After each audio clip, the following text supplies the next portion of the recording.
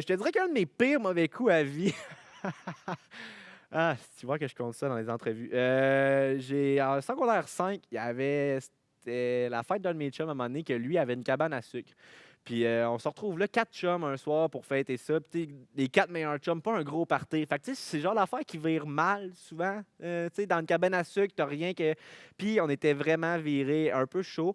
Puis on avait eu une très bonne mauvaise idée qui est dans la cabane à sucre, ben, tu sais, quand ils font des cannes de sirop, ils mettent le sirop dans la canne, puis ils ont une machine pour canner, Mhm. qui Ouais, ouais. canne la canne en conserve, tu sais. Fait qu'on Pour s'est pas dit, que le mon sirop Dieu, sorte. et voilà. Fait qu'on s'est dit, mon Dieu, on peut mettre n'importe quoi là-dedans, Hmm. dont des excréments. Et, Ah! Non. et là, plus tard dans la soirée, un de mes chums, tu sais, ça commence à paquer la bière, puis là, il faudra aller aux toilettes. Fait qu'il se pogne une canne de sirop aux toilettes, il nous ramène ça, toi, un beau bronze coulé dans la canne de sirop. Fait qu'on te canne ça. Tout bien canné, là, ça sent rien, là, tu sais, il n'y a rien qui sort de là.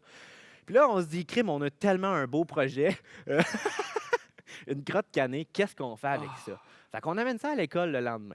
On amène ça à l'école, puis on avait un prof de hockey qu'on aimait bien gros, JF Hmm. Gagnon, je le salue Ok, s'il écoute. tu le mets pour vrai. Ah ouais, non, JF, on l'adorait, puis c'est pour ça qu'on l'adorait, on est allé le voir, puis ça collait un peu parce qu'il savait qu'on l'aimait, c'était notre prof chumé, fait qu'on dit « Hey JF, c'est Noël bientôt, puis on est tellement content que tu sois notre coach, t'es un bon Jack, on t'a amené une canne de sirop. » Je suis pas bien. Fait qu'on lui donne la canne de sirop, mais le gars nous connaît tellement bien, tu sais, il le voit dans notre face, là, tu sais, puis la canne de sirop n'est pas le poids habituel, puis il fait juste la prendre, puis je te dis, direct, sur le moment, il nous dit, les gars, je vous le jure, si c'est de la merde qu'il y a dans la canne de sirop, vous êtes renvoyé du programme, il n'y a plus de hockey.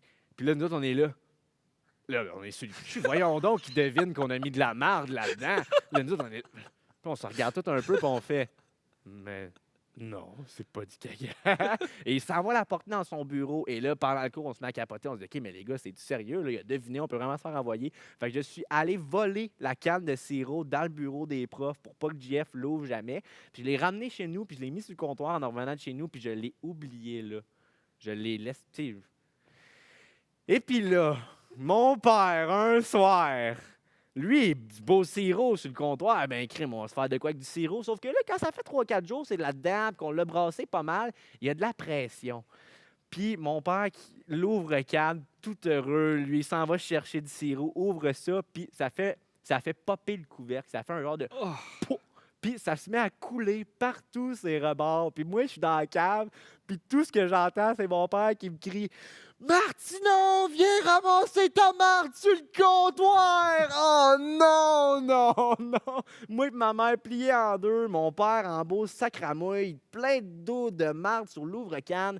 C'est ça. Je savais pas s'il fallait que je le raconte, mais ça, c'est pas mal l'une des pires niaiseries que j'ai faites Ah, de ma vie. c'est dégueulasse. Ouais.